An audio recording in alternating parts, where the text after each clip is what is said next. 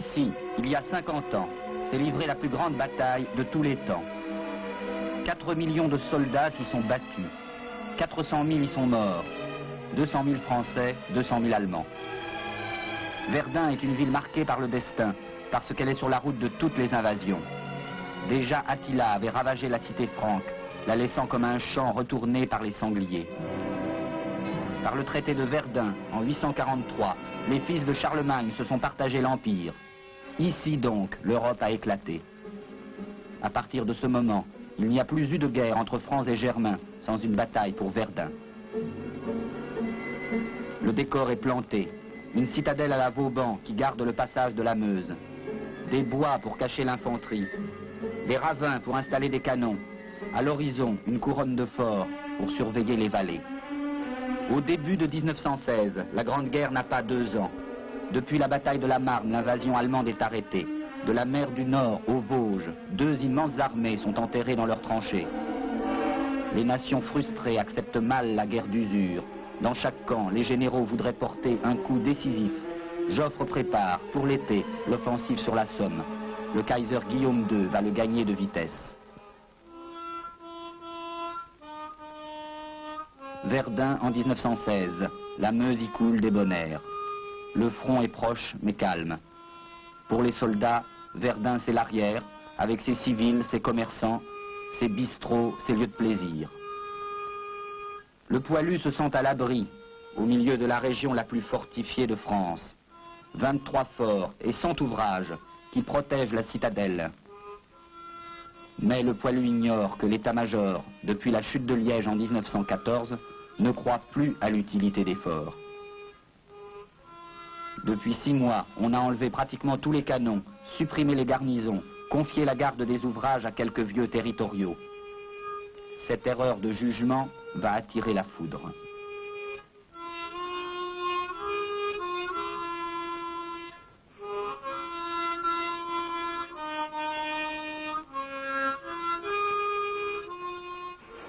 Pour attaquer à Verdun, les Allemands, depuis 2 mois, ont rassemblé leurs troupes les plus aguerries.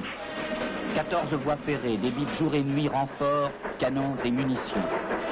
Des canons, on a été en chercher juste sur le front de Russie et sur le front des Balkans. Les arsenaux d'Allemagne arrivent par millions les obus qui écraseront les forts et les tranchées de Verdun.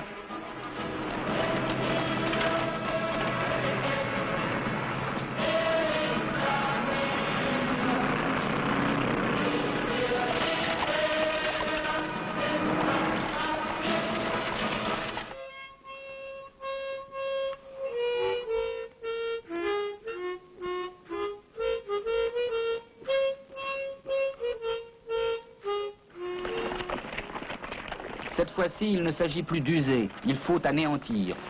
L'infanterie, dotée pour la circonstance du nouveau casque d'acier, doit pouvoir avancer en colonne, l'arme à la bretelle. 1200 canons lui frayeront la route. Comme des fourmis, les sapeurs allemands tracent les voies ferrées, creusent les abris.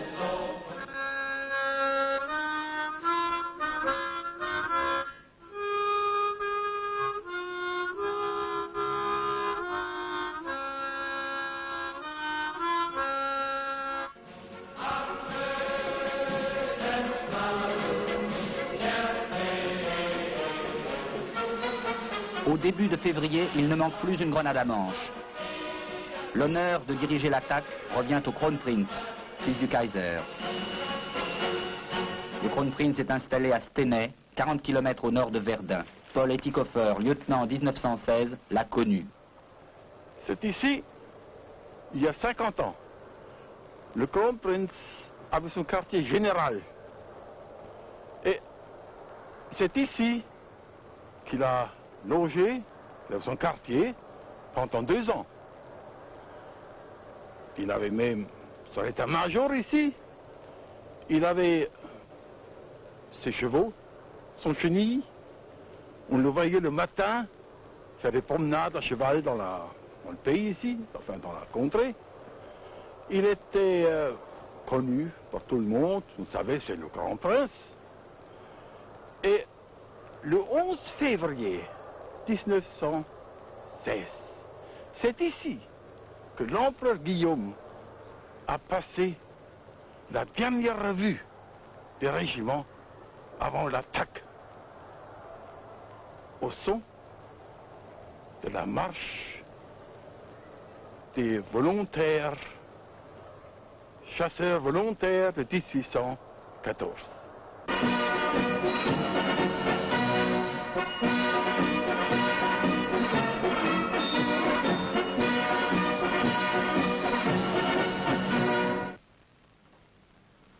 Nous, les Allemands, nous voulions terminer la guerre en 1916, naturellement, avec une victoire.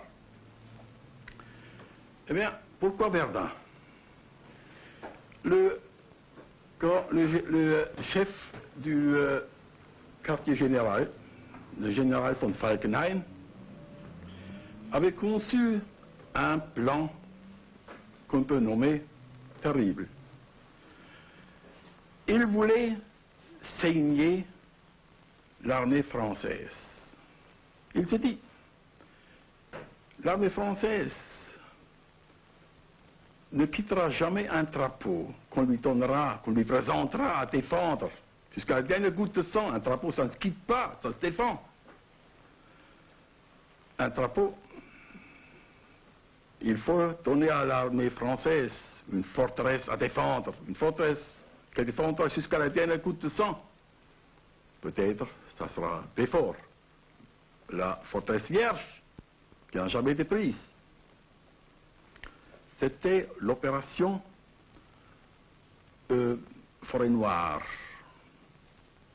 Mais on a laissé tomber ce plan et on a fait le plan et les travaux pour l'opération Grand Jugement. C'était l'opération sur Verdun. Et pour vous expliquer cela, je vous prie de regarder avec moi la carte. Vous trouverez sur la carte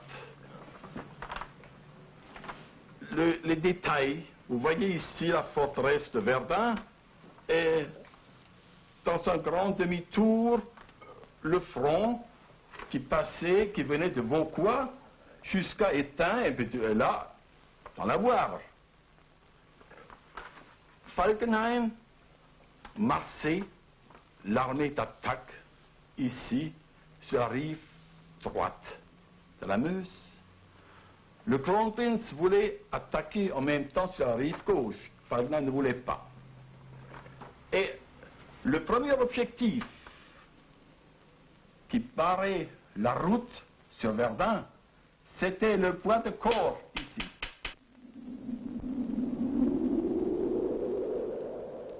Le bois des Corps est grand comme le quart du bois de Boulogne. Au centre, un abri bétonné qui a résisté à tous les bombardements et à 50 hivers. C'est de là qu'en février 1916, le colonel Drian commandait à ses 1300 chasseurs à pied. Drian, le gendre du brave général Boulanger, est militaire de carrière, député de Nancy et romancier. C'est lui l'inventeur de la croix de guerre. Il la recevra à titre posthume. Le voici avec quelques-uns de ses chasseurs. Henri Petit-Collot, 29 ans, ingénieur des mines. Marcel Pagnon, employé de banque à Paris. Jacques Desmenay, 28 ans, de Lille. François Debeugny, 19 ans, officier d'active. André Gosset, 28 ans, industriel à Saint-Quentin. Il est 7h15 du matin, le 21 février. Ces hommes vont mourir.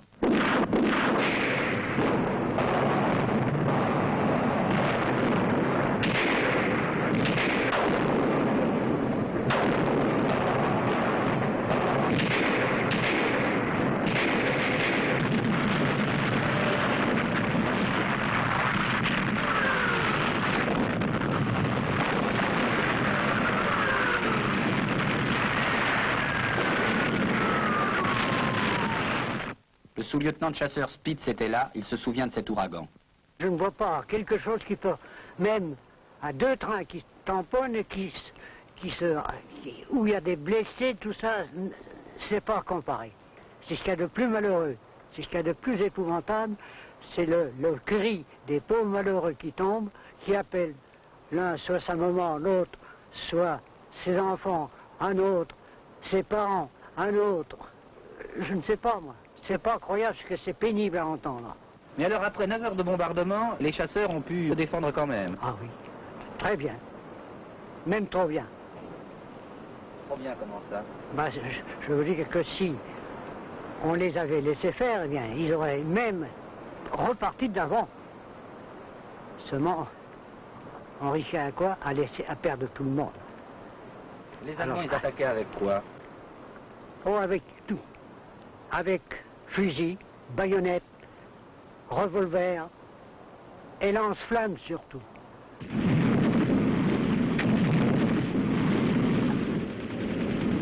Le lance-flamme, le terrible Flammenwerfer, a été inventé par les Allemands pour l'attaque de Verdun. Grenadiers et lanceurs de feu en tête, les colonnes d'assaut allemandes s'enfoncent dans le bois des corps dévasté.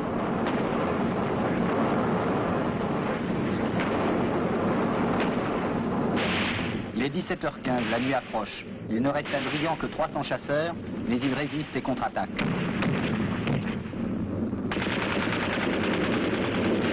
Malgré ses efforts, l'infanterie allemande ne parvient pas à percer.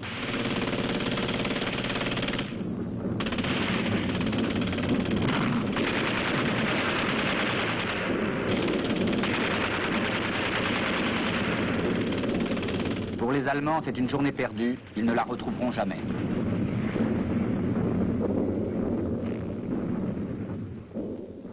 À Chantilly, au grand quartier général des armées françaises, on n'entend pas le bruit de la bataille. Le généralissime Joffre, énorme et serein, s'est installé à l'hôtel du Grand Condé. Le général de Cossé-Brissac, directeur du service historique de l'armée, a ressorti de ses archives les cartes et les ordres du généralissime. Mon général, comment le général Joffre a-t-il appris le déclenchement de l'attaque allemande sur Verdun? Le 21 février 1916, à 10 heures, le généralissime Joffre apprend à Chantilly le déchaînement depuis 2 heures environ sur le front de Verdun d'un ouragan de fer et de feu. Il n'en est pas surpris. Il n'en est pas surpris, mais tous les auteurs affirment qu'au contraire, pour le haut commandement français, ça a été une grande surprise, cette affaire de Verdun. N'est-il pas allé 2 jours avant, le 19, voir à Bar-le-Duc le général R commandant la région fortifiée de Verdun et les prochains exécutants, Basler, Balfourier, Humbert, qui commande la 3e armée. Donc vous affirmez qu'il n'a pas été réellement surpris. Quelles autres preuves peut-on en apporter? Le bruit d'une attaque sur Verdun courait depuis le mois de décembre. Il s'était précisé le 10 janvier à la suite de renseignements très sûrs émanant du Danemark et de Suisse. À partir de cette date, il avait été confirmé par de nombreux indices. Destruction de clochers susceptibles de servir de point de repère, construction de voies ferrées nombreuses et surtout d'abris enterrés géants susceptibles de contenir une garnison d'1 millier d'hommes. Surtout, déposition de nombreux prisonniers, dépositions concordantes, circonstanciées, émanant souvent des déserteurs alsaciens. Quand le général Joffre a appris ce déclenchement de Verdun, est-ce qu'il a réagi avec son calme proverbial? On exagère la placidité du général Joffre, de ses nuits tranquilles et de son solide estomac. En réalité, sous son masque impénétrable et débonnaire, il dissimule une autorité jalouse, une infatigable activité. La grande question que se pose Joffre, l'attaque sur Verdun est-elle une attaque isolée? Ou bien n'est-elle pas le prélude d'autres coups de massue sur le reste du front? Joffre craint une entreprise allemande à la charnière franco-anglaise en direction d'Amiens, ou dans la vallée de l'Oise qui mène à Paris. Et c'est là en effet qu'il a déjà concentré la 2e armée sous les ordres du général Pétain, forte d'une dizaine de divisions. Et aux gens qui se trouvent sur place à Verdun, qui reçoivent le premier choc, quels ordres donne-t-il, Joffre? Le même jour, le général Joffre rappelle qu'il ne tolère aucun abandon de position et qu'il faut contre-attaquer sur tout point perdu. Face à son front d'attaque qui va de la Meuse de Brabant à Orne, le chef de la 5e armée allemande amassait 3 corps d'armée. 3 corps d'armée, c'est-à-dire 6 divisions en première ligne et 2 divisions en deuxième ligne. En face, nous n'avons que les éléments de 2 divisions du 30e corps. Et particulièrement, dans le bois des corps, les chasseurs du colonel Drian, 56e et 59e bataillon.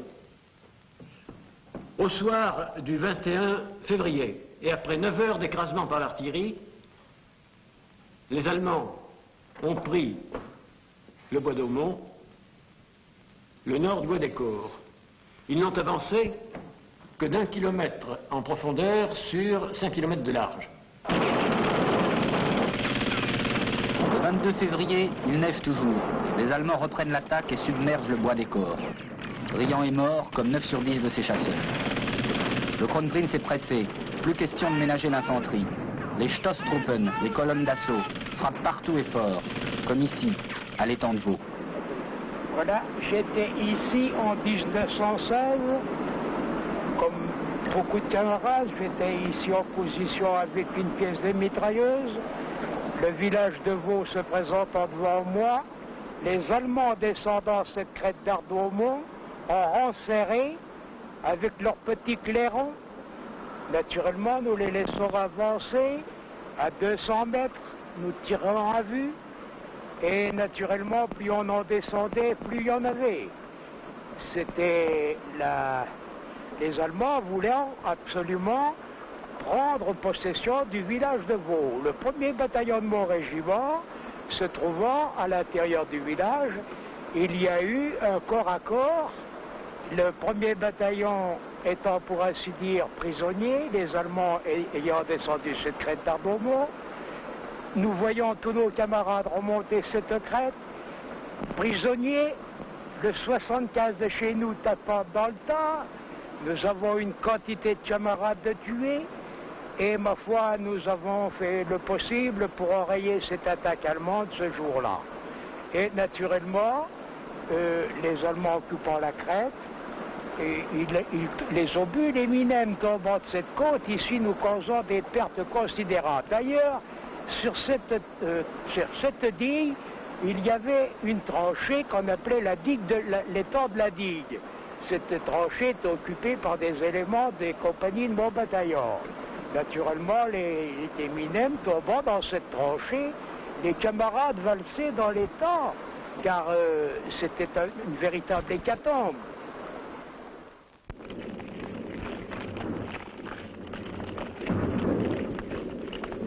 Pour les Allemands, cela commence à ressembler à une victoire.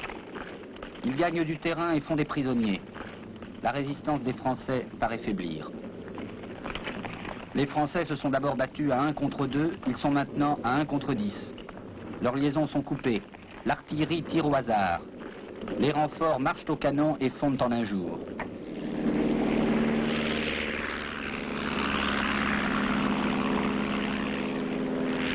Les Allemands en profitent pour gagner la première bataille aérienne de l'histoire.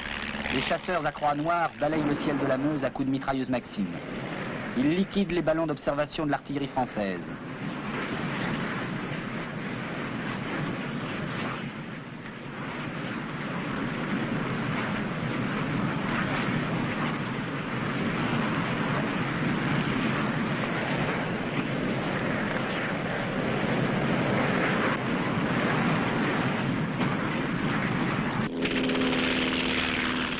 Ils descendent en flammes les avions à cocarde.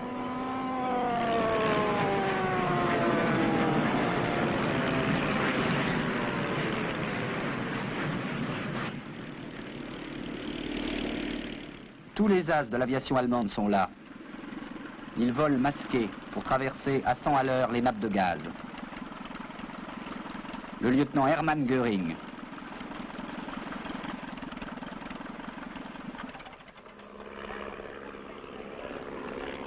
le lieutenant Bölke, le capitaine von Richthofen. Le Kaiser est enthousiaste, Falkenhayn est content, le Kronprinz est optimiste. Il distribue les premières médailles, il félicite les troupes d'assaut. L'ordre est de continuer.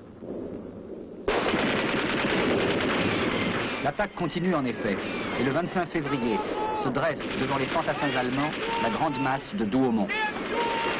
Faute de garnison sérieuse, le fort le plus colossal de l'époque va tomber en 2 heures aux mains de quelques Prussiens intrépides, le lieutenant Radke, le capitaine Haupt et le lieutenant premier Kort von Brandis, dont Pétain a dit « c'est un brave à donner en exemple ». J'ai écrit « Marche Richtung Fort Douaumont ». Et tout le monde, le long des lignes, se met à crier « Douaumont, Douaumont ». Nous arrivons à la grille qui entoure le fort. Je trouve un passage sur la gauche et je descends dans le fossé suivi de 20 hommes. Je fais le tour par la gauche et j'arrive au pied de la tourelle où le canon tire toujours. Je crie « Cessez le feu, vous êtes prisonniers ». Les intérieurs crient « C'est vous qui êtes prisonniers ». Je continue à avancer dans la fosse et j'arrive à l'escalier d'une galerie. En bas, j'entends des voix françaises. Je crie « Rendez-vous, vous êtes prisonniers ». En bas, on proteste. Un de mes hommes, un Berlinois, qui a été garçon de café à Paris, approche et crie « Vos gueules !» Un soldat français avec une barbe noire montre sa tête en bas de l'escalier et me demande comment serons-nous traités. Je réponds, vous êtes traités en soldats. Jetez les armes et montez un par un. Ils commencent à monter 10, 20, 30, 40. Je commence d'être inquiet et je dis, si vous bougez, nous tirons. Pendant ce temps, l'autre élément des autres compagnies allemandes avait envahi le fort.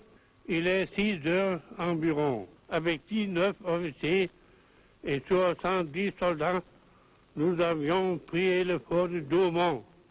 La perte de Douaumont nous a coûté 100 000 hommes, a dit Pétain. Douaumont ist gefallen. Douaumont est tombé. Les cloches sonnent, partout des drapeaux. Les écoliers ont libre. La fin de Douaumont, c'est un grand pas vers la paix et la victoire. Situation le 25 après la prise de Douaumont. Les Allemands ont avancé presque partout d'au moins 5 km. Ils ont pris la boucle de la Meuse. Ils ont occupé Douaumont dans l'après-midi du 25. Les Français se raccrochent à 2 môles au nord et au sud de Douaumont, les hauteurs de Dromont et le fort de Vaux. La pointe de Douaumont menace dangereusement Verdun. Nous avons évacué la Wavre, ce n'est pas brillant. Le général Joffre a alerté la 2e armée, dont le PC se trouve à Mouilly, dans la vallée de l'Oise. Et il a convoqué à Chantilly, pour le lendemain 25, à 8 heures, le général Pétain. Le général Pétain a observé le calme du général Joffre. Il se rend dans la journée même sur les lieux. Il retrouve le général de Castelnau, qui lui précise énergiquement sa décision de résister sur la rive droite. Un repli sur la rive gauche se transformerait en déroute et en catastrophe. Peut-on dire alors, puisque le général Pétain reçoit le commandement de la bataille de Verdun, peut-on dire alors qu'il ait été choisi par le général Joffre? Et pourquoi? Le général Pétain, autant que nous puissions en juger, a été uniquement choisi car il commandait l'armée de réserve, la 2e armée. Il était disponible et son état-major aussi. Rien ne nous autorise à dire qu'il a été choisi pour une raison personnelle. À peine nommé, le général Pétain s'installe à la mairie de Souilly, à une vingtaine de kilomètres au sud de Verdun.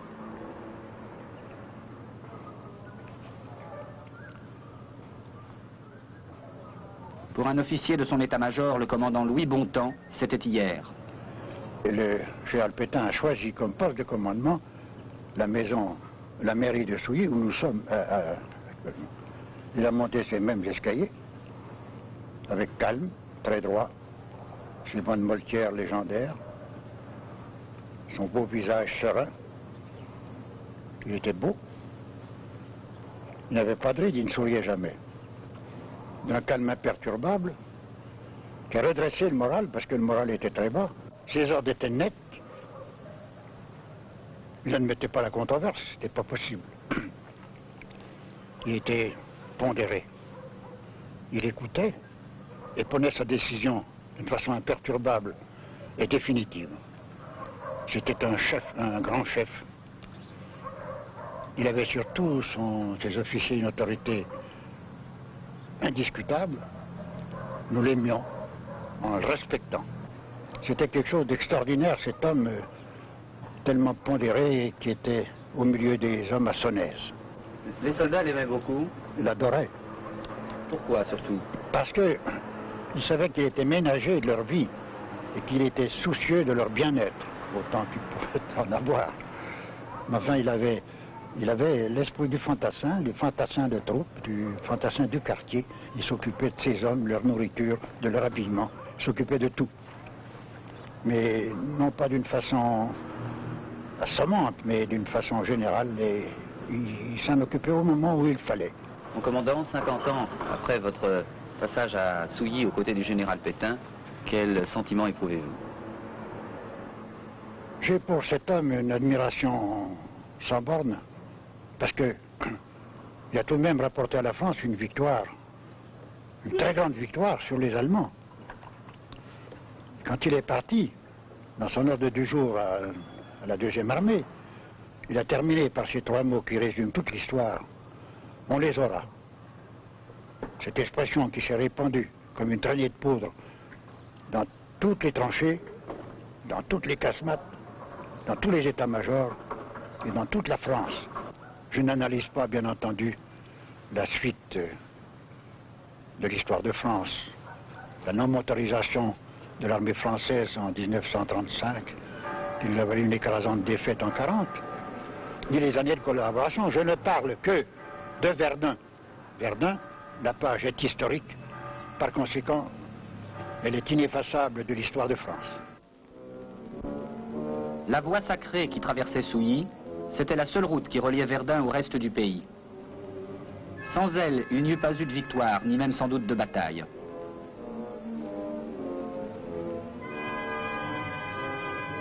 Ce fut la première autoroute de l'histoire, improvisée en 48 heures. Ce trajet, 2 millions de poilus l'ont fait dans un sens, beaucoup moins dans l'autre.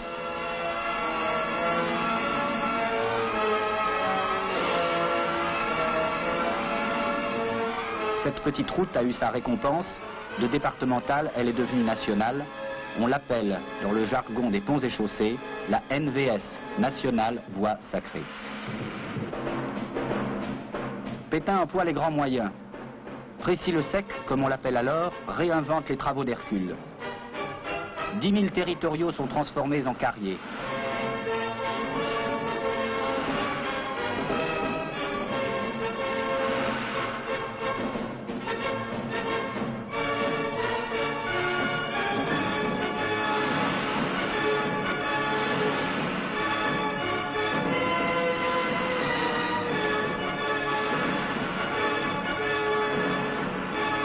Les camions de la voie sacrée dévorent la route et la route dévore la pierre.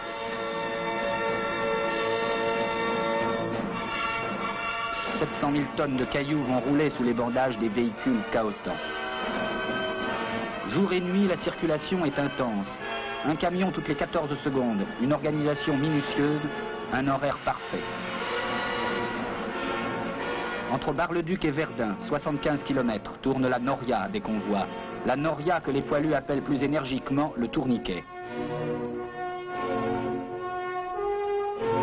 Le but de Pétain est clair, faire passer à Verdun toutes les divisions de l'armée française et les y laisser le moins de temps possible, de façon qu'elles n'y disparaissent pas complètement. Les hommes montent au front, bien équipés, bien armés, bien nourris. Dans quelques jours, ils redescendront boueux et épuisés. Il en manquera 1 sur 3 ou 2 sur 3, c'est la loi du tourniquet. Mais à Verdun pourtant, il n'y aura pas de mutinerie.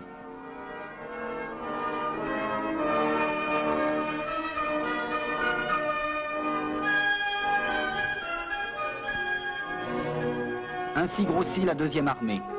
De 240 000 hommes en février, elle passe à 400 000 en mars, 500 000 en avril, 600 000 en juin. On comptera sur cette route 162 divisions, soit 2 passages en moyenne pour chaque division de l'armée française.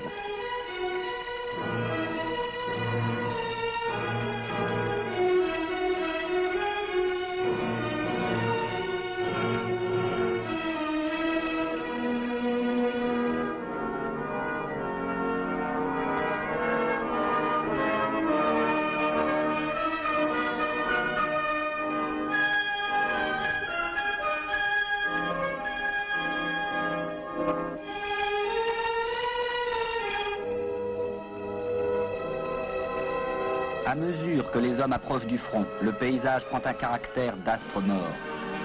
On passe de la route au chemin, du chemin à la piste, de la piste au boyau, du boyau à la tranchée, de la tranchée au trou d'obus.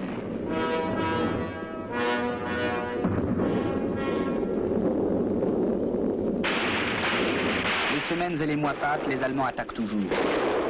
La bataille s'est cassée en une infinité de rixes mortelles. C'est le règne de la grenade et du couteau. C'est la guerre des chefs de section, des sergents, des caporaux.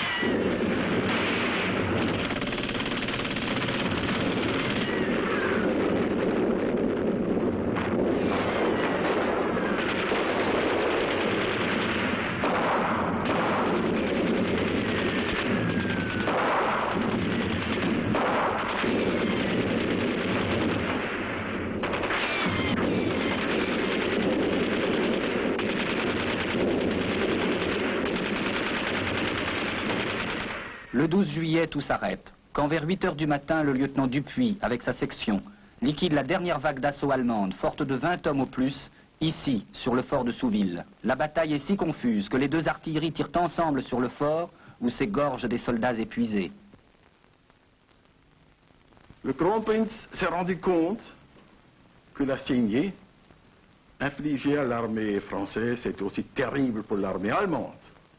Alors il fait limoger le général von Falkenhayn, qui fut remplacé par Hindenburg et Ludendorff, qui venaient de Russie, où ils étaient victorieux, et qui donnaient l'ordre à l'armée de Verdun de se mettre à la défensive. Sur les 40 kilomètres du front de Verdun, on ne se battait pas partout à la fois. Ni les Allemands ni les Français n'ont jamais eu assez de canons, de munitions, de poitrines. Ainsi le front s'est cassé en une multitude de champs clos où la terre garde la trace des combats passés. La côte 304 n'est plus qu'un lieu-dit. Rabotée par les obus, elle a perdu 7 mètres d'altitude. Sur les cartes d'aujourd'hui, elle s'appelle la côte 297. Le Mortom était le grand objectif de la rive gauche. Du 6 mars au 9 avril, puis de nouveau en mai, puis encore en juin, les Allemands montent à l'assaut. Ces ravins ont vu des régiments fauchés jusqu'au dernier cuistot, et dont les colonels s'exterminaient au couteau de tranchée. La côte du Poivre. Les Allemands ne l'ont jamais dépassée. Sous la terre argileuse s'ouvraient les carrières d'Audremont. Leurs galeries incendiées se sont effondrées sur des centaines d'Allemands. Plus tard, on en fit un hôpital. Devant la côte du Poivre, le ravin de la Dame, qu'on appelle désormais le ravin de la Mort.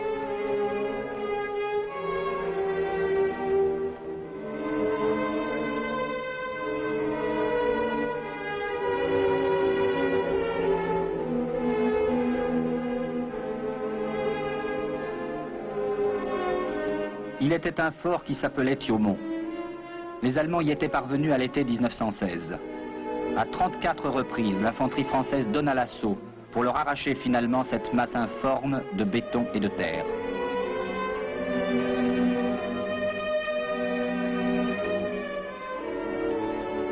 Derrière Thiaumont, la côte de Froide-Terre est une des rampes d'accès à Verdun.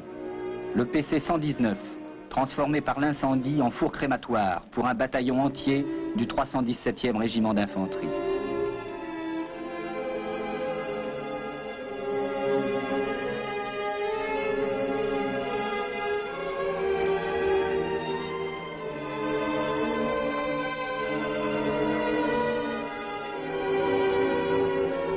Dans l'abri 118, 63 Vendéens furent tués d'un seul obus le jour de l'Ascension 1916.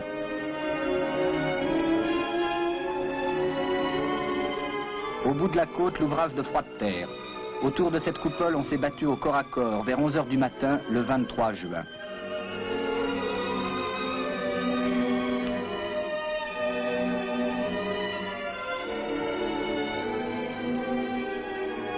Les vagues allemandes sont venues mourir devant cette grille.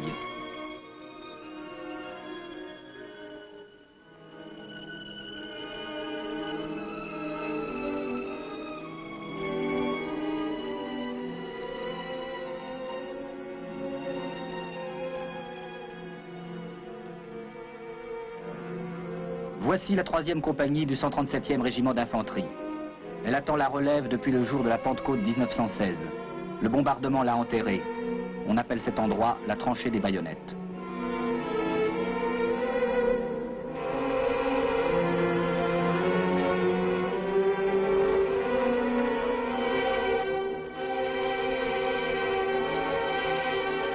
Dictionnaire des communes de France, commune de Fleury devant Douaumont, arrondissement de Verdun, canton de Charny-sur-Meuse, 0 habitants.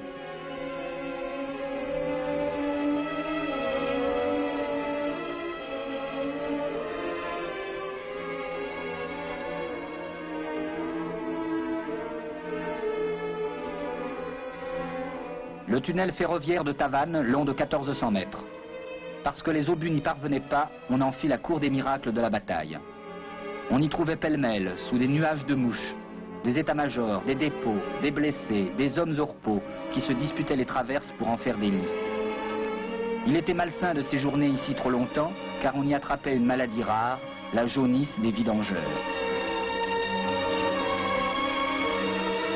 À force d'entasser l'essence et les munitions à côté des groupes électrogènes, une étincelle se produisit le soir du 5 septembre. À la vitesse d'un train rapide, une langue de feu balaya le tunnel. Il y eut au moins 500 morts.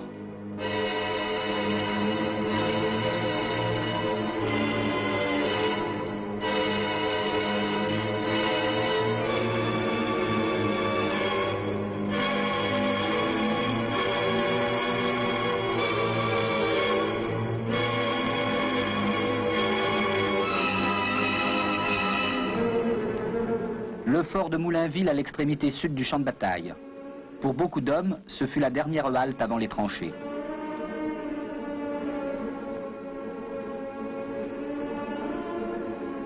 Ces tranchées, ces milliers de kilomètres de tranchées qui courent aujourd'hui dans la campagne meusienne, ont été creusées par des hommes, à la pelle, de nuit, par tous les temps, sous les obus. Elles ont servi de route, d'abri. Des milliers de soldats y sont passés, portant le barda de 28 kilos, le fusil, l'eau, la soupe. Ils y vivaient, ils y souffraient, ils étaient là chez eux.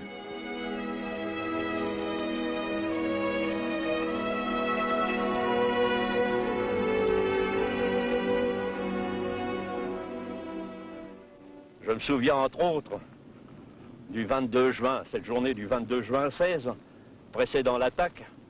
Nous étions sous un bombardement infernal, bombardement qui allait des obus de 88 au 210, au 300, au 380, la terre bouleversée dans tous les sens, et je me souviens très bien d'un de mes bons camarades, le sous-lieutenant Gratadou, qui était avec moi dans le même trou d'obus, et ça c'est un des détails les plus poignants qui me reviennent à l'esprit. Ce pauvre camarade qui avait un moral extraordinaire et qui, à chaque fois qu'un obus tombait, disait « Tiens, encore un !» Et à un moment donné, je lui dis, il était midi moins 20, le 22 juin, je lui dis, à force d'en recevoir, tu vas voir tout à l'heure, nous allons en recevoir un sur la pêche. Et il me dit, tu n'as rien à craindre, Julien, car l'obus qui doit m'avoir, celui-là n'est pas encore tourné. Le pauvre, 10 minutes après, un obus nous a ensevelis dans le trou, et lui a pris toute la décharge dans le corps. Et quand j'ai été dégagé par mon ordonnance, je me souviens que j'ai retrouvé ce pauvre camarade dans un tel état, informe, un paquet de chair. J'ai été obligé de le prendre, de le mettre dans une toile de tente. J'ai noué les 4 coins. Il a fallu attendre jusqu'à 10 h le soir pour pouvoir l'emmener à Fleury, emmener le corps à Fleury. Or, il faisait une chaleur terrible et le soir, je ne pouvais plus tenir tellement il dégageait une odeur épouvantable dans ce trou.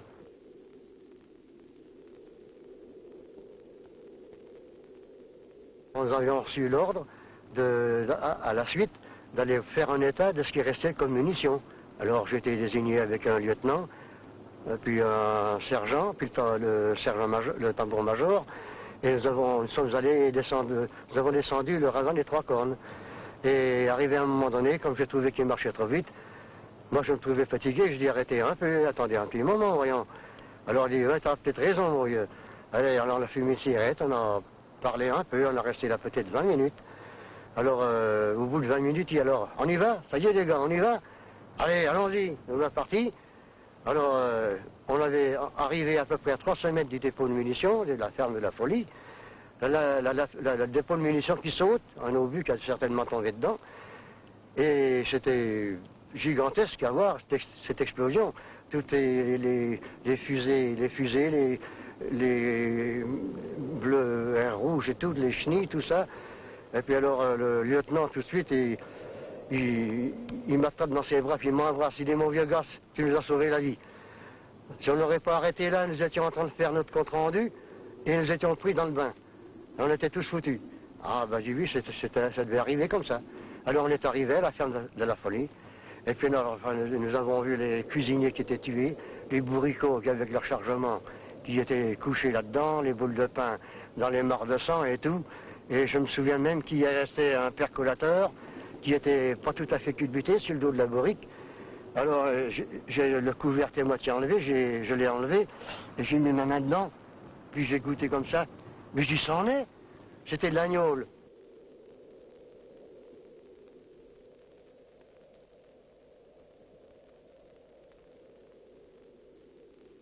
Nous avons descendu dans un ravin qui nous a ramenés dans la plaine, en descendant. Et là, nous avons resté, on a resté pendant un bon moment sur place, et après on nous a demandé, on a été commandé par des sifflets, qu'on faisait des bonds de tirailleurs. On en a fait plusieurs, et on a resté à un moment donné, on a resté sur place. On n'a pas bougé pendant un bon moment. Et beaucoup après, on a recommencé de nouveau de redescendre en bon tirailleur. Et à un moment donné, il y a eu un bombardement formidable. Et là, malheureusement, moi le premier, et beaucoup comme mes camarades, il y en a qui ont été tués. Mais malheureusement, moi j'étais blessé. Bon, j'avais à peine 20 ans.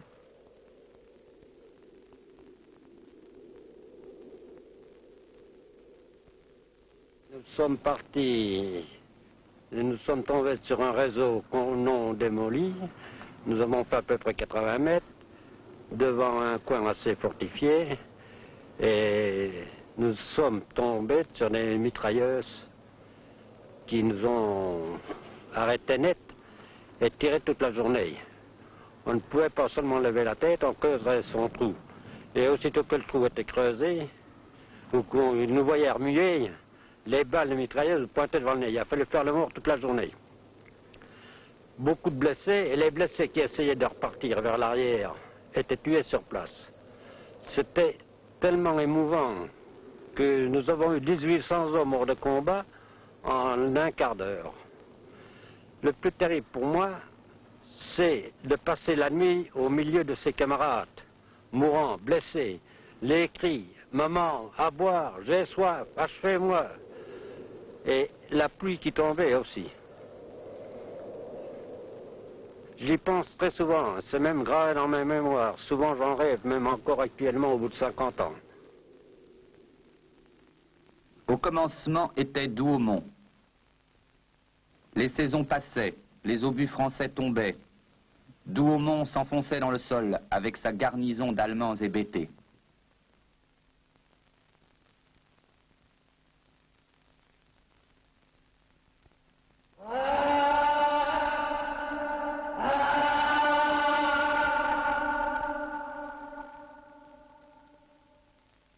Ceci pour vous montrer la résonance extraordinaire qui régnait dans l'ouvrage. À chaque arrivée d'obus sur le fort, les gens étaient projetés littéralement contre les galeries et littéralement assommés. Dans les gaz, les fumées, l'infiltration d'eau, tout cela fut terrible.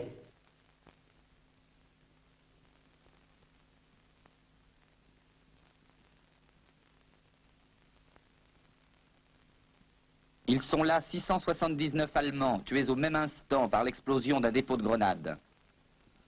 On les a enterrés derrière ce mur. 20 cm de pierre seulement les séparent de nous. Il a fallu 5 jours aux Allemands pour s'emparer de cette taupinière de béton, le fort de Vaux. Ils en tenaient toutes les issues, ils occupaient le toit, ils rampaient déjà dans les souterrains. Les Français ne cédaient pas.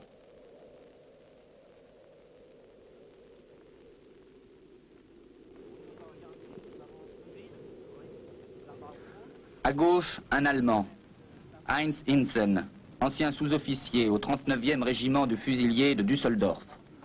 En juin 1916, il était installé avec une mitrailleuse, là même où il se trouve aujourd'hui sur le toit du fort de Vaux.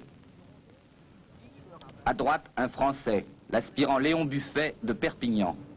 Il était, comme 500 autres fantassins, pris au piège dans le fort. Ces deux hommes ne s'étaient jamais vus, eux qui auraient pu se tuer.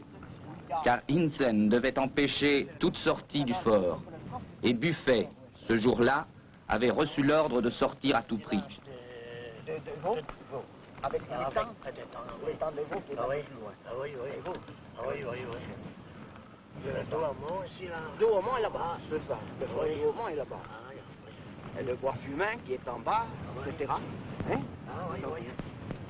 Ah, tu connais trop, oui. C'est là où, le 4 juin, j'ai reçu l'ordre de sortir et d'aller à l'état-major demander une contre-attaque immédiate. La sortie a eu lieu à 3 heures du matin. La pente pour descendre au fossé était à pic. Et sur la piste qui conduisait au tunnel de Tavannes, les Allemands m'ont poursuivi au 77, ce qui était leur habitude. Le moindre coureur était poursuivi lorsqu'il prenait une piste repérée par l'artillerie, était poursuivi avec des obus. Alors je fais le mort, je fais semblant de tomber à un endroit où il y avait un petit abri, et j'ai attendu 10 minutes. Et au bout de 10 minutes, je suis parti à toute vitesse, bien entendu, pour rejoindre le tunnel de Tavannes. Au tunnel de Tavannes, vous avez dû éprouver un soulagement. Oui, un grand soulagement. Maintenant, je vous dirais que nous avions soif, bien entendu, on nous a donné de l'eau fraîche. Et quand même, nous pensions à nos camarades qui étaient ici, et j'avoue, je n'ai pas pu finir le quart d'eau que l'on m'a offert. Monsieur Buffet, dites-nous, comment vous êtes revenu à Vaux? Bien, il fallait qu'un officier d'état-major vienne au fort de Vaux pour s'entendre avec le commandant Raynal pour que la garnison aide l'attaque. Un officier d'état-major pouvait-il entrer au fort? J'ai répondu, il n'a pas une chance sur 1000, mais il ne connaît pas les lieux. Les Allemands font une très bonne garde et les Français tirent sur tout ce qui se présente. Par conséquent, il n'y a que moi qui puisse tenter l'opération et peut-être la réussir. Par conséquent, j'irai. Vous n'en aviez pas reçu l'ordre? Je n'en ai pas reçu l'ordre. Le général m'a dit, ce n'est pas un ordre que je vous donne. Nous sommes donc partis et au retour, sans difficulté, nous avons franchi le barrage d'artillerie qui s'étendait déjà. Et puis, à l'approche du fort, j'ai eu la chance d'être aperçu par un poste français. Le caporal mitrailleur Vive, un Catalan, n'a pas fait tirer. Au lieu de risquer les balles françaises, j'ai entendu un sifflement modulé, un appel, et je me suis rendu compte qu'il partait d'une casemate de tir qui était au bout du fossé, donc c'était des Français qui m'appelaient.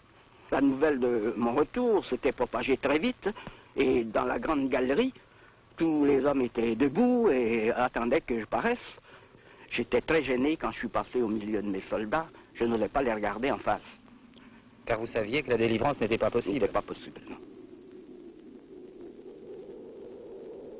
Le 7 juin 1916, privé d'eau, de secours, de liaison, attaqué de toutes parts, le commandant Raynal décidait la reddition du fort de Vaux. Les Allemands lui rendirent les honneurs, tandis que l'artillerie française suspendait un moment son tir pour permettre l'évacuation des blessés.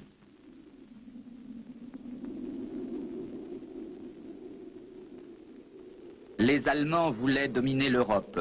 Les Français défendaient leur sol. Les choses étaient simples. À Verdun, on se battait sans haine, mais avec férocité.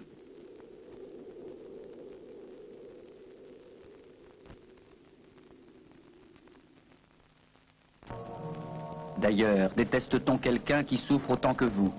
Le matin, quand le jour se levait, Français et Allemands contemplaient le même affreux paysage de pierre, de boue et de ferraille. Une terre inconnue jusqu'alors et oubliée depuis.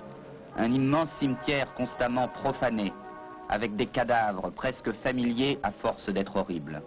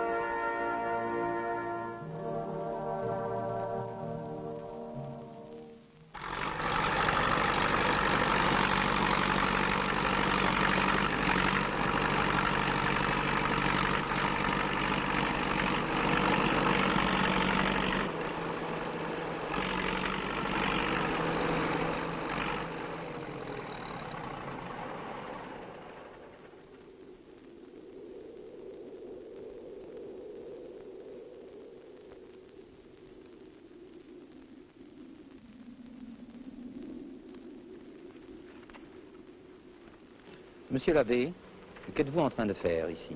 Je viens d'être alerté par le conducteur du Bulle, qui est sur un chantier des eaux et forêts, et qu'il venait de découvrir un abri et en même temps un dépôt, et qu'il était susceptible d'y découvrir des ossements. Est-ce que ça vous arrive souvent de découvrir des ossements? Encore assez souvent. Depuis le début de cette année, le Bulle travaille sur ce chantier et nous avons découvert à peu près une quinzaine de corps.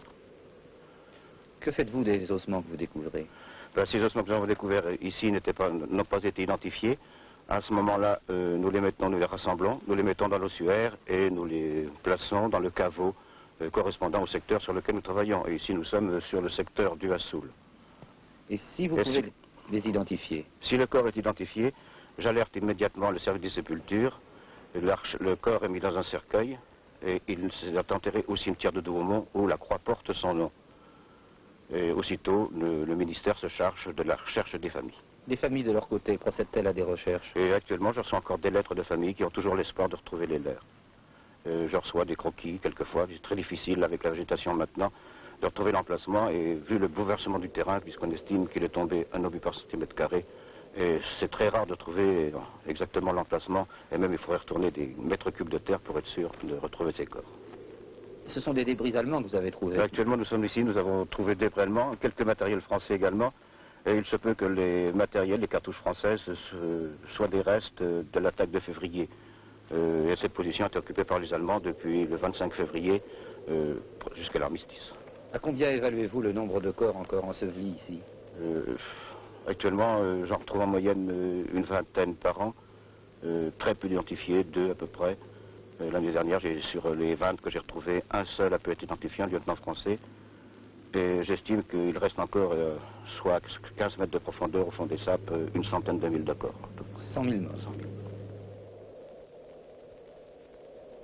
En 1916 déjà, les aumôniers, faute de mieux, bénissaient la terre. Pour chaque mort, on comptait 4 blessés. Avec un bruit mou, les obus à gaz viennent de tomber. Les soldats surpris se précipitent vers l'arrière. Ils sont aveugles, peut-être pour toujours, comme ceux-là que l'on guide comme des enfants. Bien des blessés sont morts avant l'arrivée des brancardiers. Bien des brancardiers ont été tués en ramassant les blessés.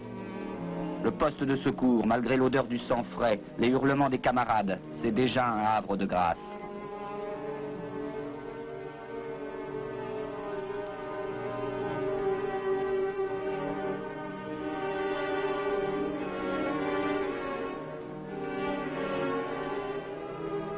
L'espoir grandit quand arrive l'ambulance. Encore quelques barrages d'obus à traverser et ce sera l'hôpital de campagne, vaste comme une ville.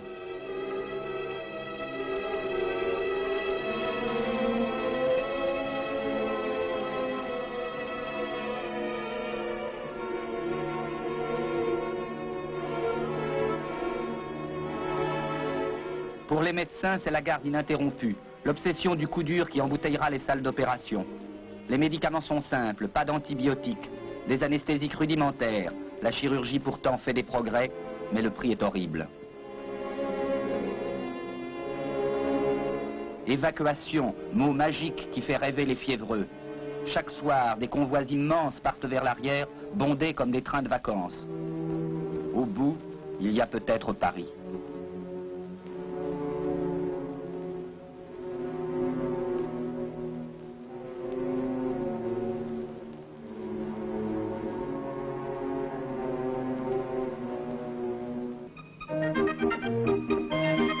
La capitale, c'est un autre monde, plein de vrais bruits, de vraies maisons, de vrais civils.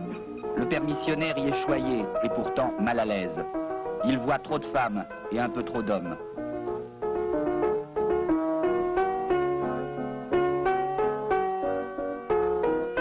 Les femmes surtout sont partout, elles font maintenant tous les métiers. Elles fabriquent même des armes. Déjà, parmi elles, il y a beaucoup d'orphelines et de veuves. On sait bien qu'il y aura beaucoup de vieilles filles après la guerre.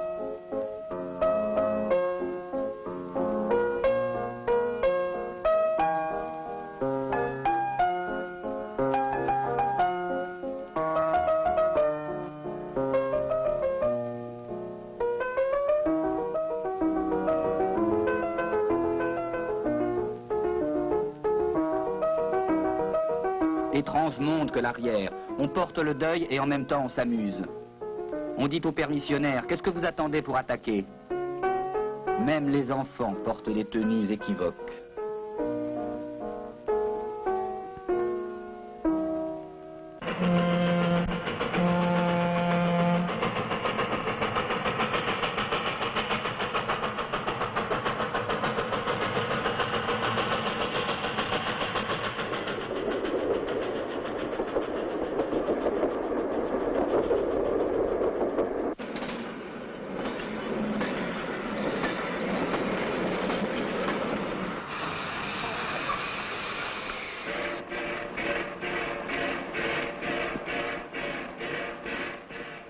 On retourne au front avec des sentiments mitigés, peut-être même du soulagement.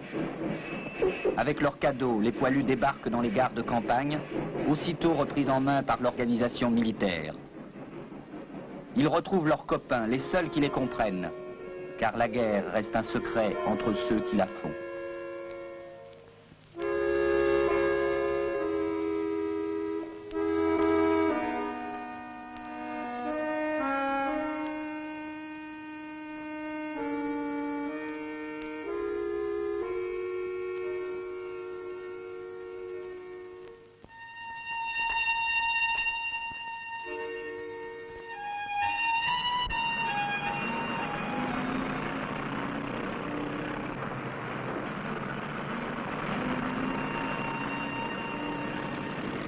Quand le jour se levait sur Verdun, des millions d'hommes contemplaient cela qui n'a pas de nom. Plus d'arbres, plus d'herbes, plus d'oiseaux, rien que des soldats, des pierres et des explosions.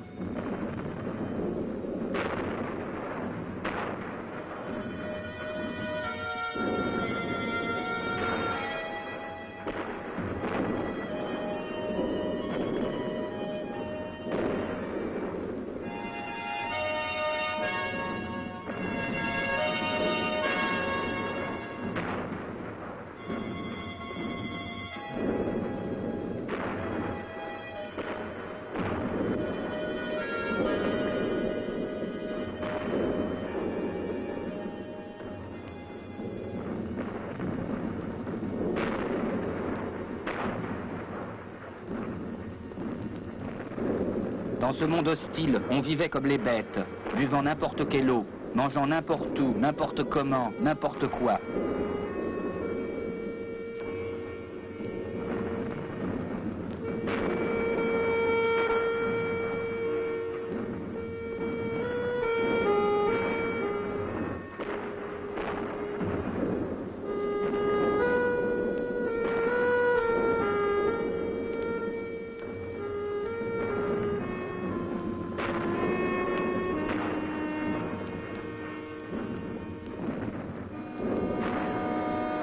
La boue, l'ennemi de tous les jours.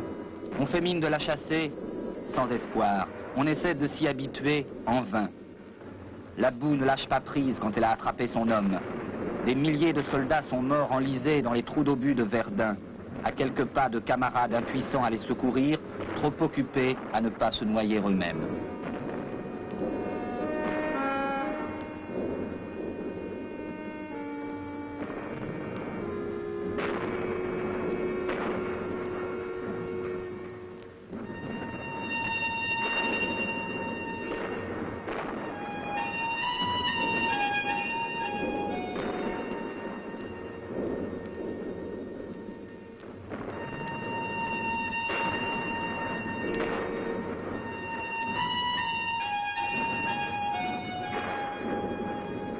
Et tout ceci, on le regrettait quand venait l'angoisse de l'attaque. Dans son livre « La France et son armée », le capitaine de Gaulle, blessé en 1916 devant Douaumont, a décrit cette angoisse.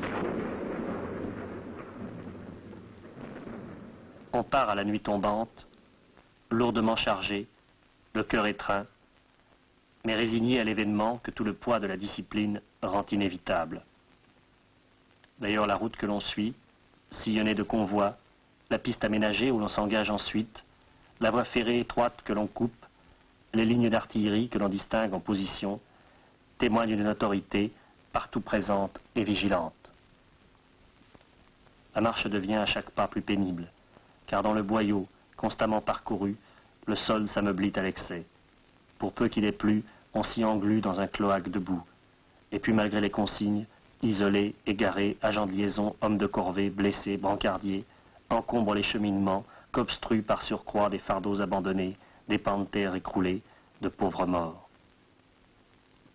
Le jour paraît. On le voit poindre avec un surcroît d'anxiété, sachant que beaucoup n'en verront pas le soir. Le froid brouillard du matin fait grelotter les hommes fatigués. L'heure de l'assaut approche.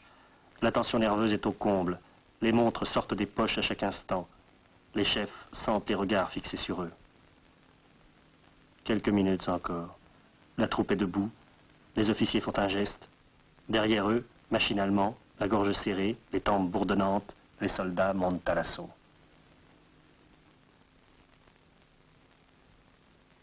À Chantilly, Joffre voudrait à tout prix reprendre l'offensive. Pourquoi le général Pétain n'est-il resté que 3 mois à Souilly au commandement de l'armée de Verdun? Joffre apprécie les immenses mérites de Pétain. Il reconnaît dans ses mémoires qu'il a sauvé au cours de ces quelques semaines la place de Verdun. Mais il lui reproche de trop se laisser absorber par la bataille. Si on l'écoutait, il ne laisserait plus de disponibilité pour la grande offensive franco-anglaise appelée à donner aux Alliés l'initiative et, il faut l'espérer, la décision. Poincaré l'attend aussi, cette décision. Mais venu à Souilly, il a trouvé Pétain trop pessimiste.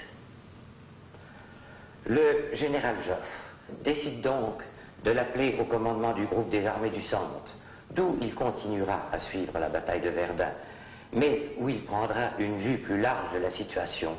Il sera remplacé à Verdun par le général Nivelle, qu'assistera le général Mangin. Ces deux hommes ont, depuis le début de la campagne, fait la preuve de leur audace et de leur constante agressivité.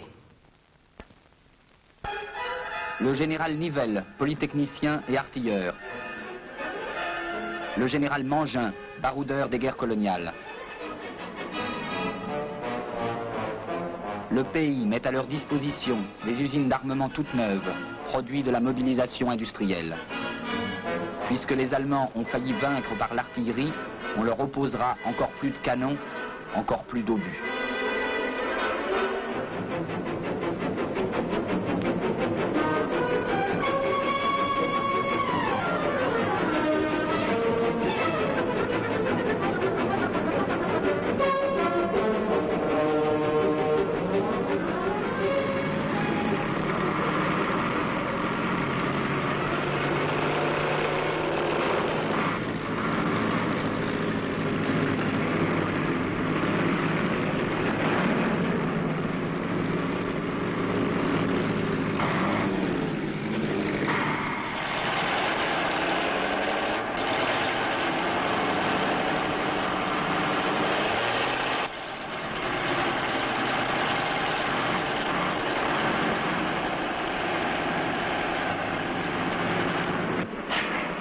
On va installer 2 énormes obusiers de 400 mm, dont les projectiles d'1 tonne écraseront les forts de Vaux et de Douaumont.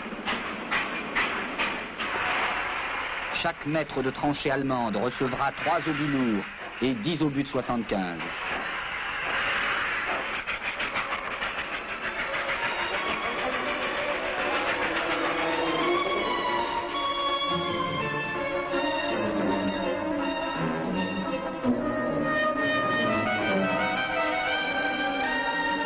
Pour l'assaut final, on lève des divisions fraîches que l'on entraîne minutieusement sur les arrières du front. L'armée est chaque jour plus motorisée, la guerre plus moderne.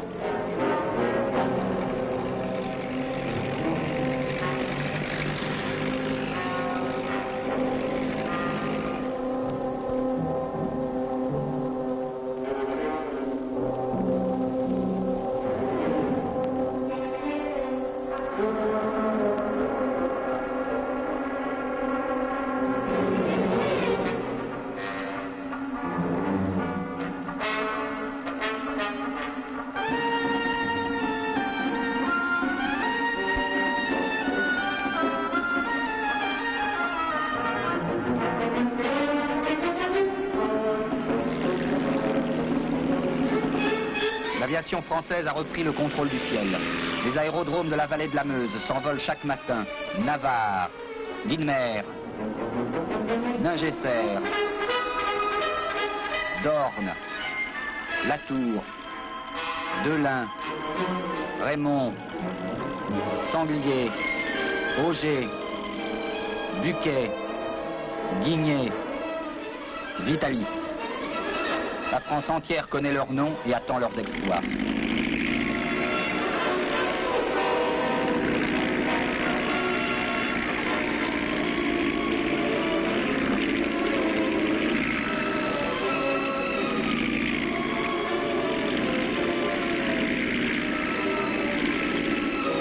Tout est prêt au début d'octobre. Mangin peut montrer ses régiments à Poincaré.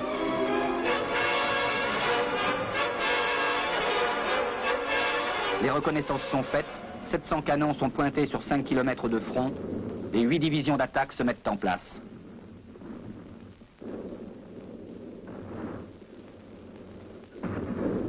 La préparation d'artillerie durera 3 jours. 3 jours de bombardement ininterrompus sur les lignes allemandes.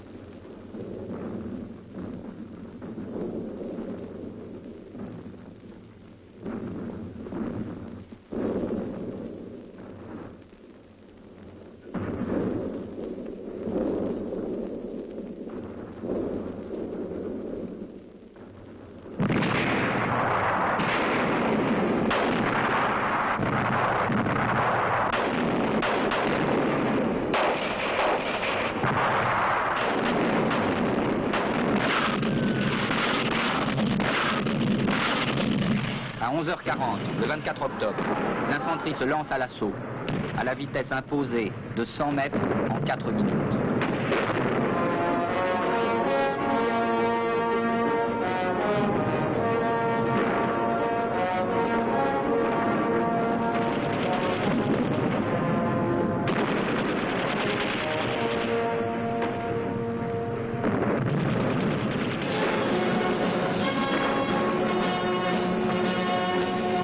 Très vite, c'est le succès. Les positions allemandes sortent des prisonniers affolés ou soulagés. On les pousse en colonne vers l'arrière.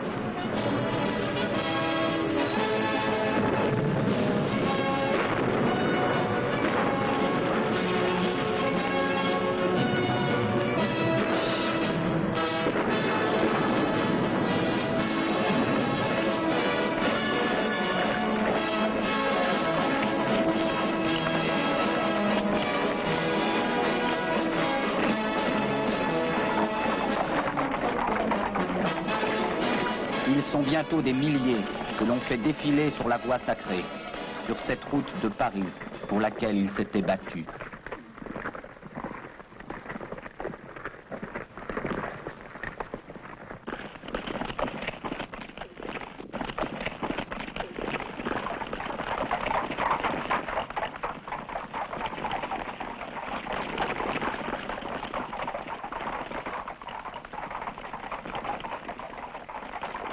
front de la région fortifiée de Verdun au moment où se déclenche l'offensive.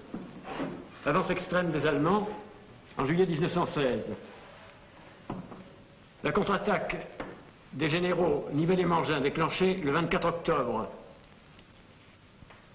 reprend l'effort de Douaumont et de Vaux. Verdun est sauvé.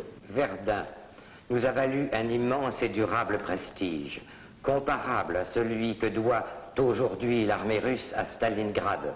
Dans notre histoire militaire, nombreuses sont les victoires qui mettent en valeur la Furia Française. Verdun demeure notre plus grande victoire défensive, sinon la seule. Les meilleurs régiments allemands ont laissé leur effectif devant Verdun. Et pour nous, les soldats de la Première Guerre, les soldats allemands, le nom de Verdun est resté un symbole de terreur et de sacrifice inutile. Ich hatte einen Kameraden, einen besseren findest du nicht. Die Trommel schlug zum Streite, ging an meiner Seite im gleichen Schritt und Tritt, im gleichen Schritt und Tritt. Nous autres combattants, si nous avons pu supporter tant de choses, c'était parce qu'il y avait entre nous une amitié fraternelle qui allait bien au-delà de la vie. Nous étions unis plus que des frères, et ce sentiment explique bien des choses qu'on ne comprend pas. Elle explique par exemple l'homme de soupe qui, dans un secteur comme Verdun, s'en allait sous les obus pour venir ravitailler ses camarades. Ça explique ce fou qui sautait par-dessus le parapet sous les balles ennemies pour aller sauver un camarade tombé entre les lignes. Cela explique aussi cet autre fou, toujours volontaire pour les missions dangereuses, parce qu'il prenait la place d'un père de famille ou d'un homme ayant déjà des responsabilités dans un ménage. Rien ne s'explique de tous ces hauts faits lorsqu'on ne comprend pas notre solidarité. Et c'est ce sentiment de solidarité qui nous a toujours unis au-delà du front. C'est la nostalgie de cette fraternité entre nous que nous n'avons jamais pu retrouver dans la vie civile. C'est cette nostalgie de notre amitié qui nous rassemble encore chaque année, nous les survivants, et qui nous mène au pied de nos monuments aux morts. Cela aussi, il faut le comprendre. Ces morts, pour nous, ne sont pas anonymes. Il y a parmi eux nos camarades de combat, ceux qui ont vécu et souffert près de nous, ceux qui nous ont soutenus dans les heures où nous étions désespérés, ceux qui quelquefois ont risqué leur vie pour nous, et comme nous avons risqué la nôtre pour eux. Comment pourrions-nous oublier ?